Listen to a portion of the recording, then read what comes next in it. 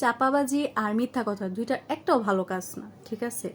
তাই মানে ভালো কাজ না যাই নাও, তোমরা যারা চাপাবাজি করো বা মিথ্যা বলো, মানে যারা ছাড়তে পারো না এই জিনিসগুলা, তারা সেই জায়গায় যে চাপাবাজি করো বা মিথ্যা বলো, যারা তোমাদের ভালো মতো চিনে না, তোমাদের সম্পর্কে অবগত না, ঠিক আছে, ওইটা মানানসই। কিন্তু যারা তোমাকে চিনে ভালোভাবে, তোমার সম্পর্কে A to Z জানে বা তোমার সম্পর্কে অবগত, তাদের সামনে অ্যাটলিস্ট চাপাবাজি করো না আর মিথ্যা কথা বলো না।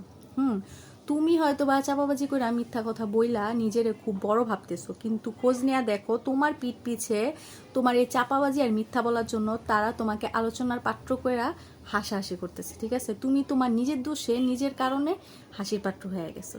তাই মানে এই ভিডিওটা না করে পারলাম না, মানে কিছু মানুষের চাপাবাজি লেভেল আর মিথ্যা কথার ধরন মানে এমন পর্যায়ে যায়, মানে মানে মুখের উপরে তো সবসময় সব কিছু বলা যায় না, কিন্তু কি মানে কি যে তাদের যে কি করা উচিত এটাই বুঝি না। মানে অনেক রাগ হয়, কিন্তু অনেক মানে মুখের উপরে কিছু বলতে পারি না, ঠিক আছে? সবাই তো মুখের উপরে বলা যায় না, হ্যাঁ।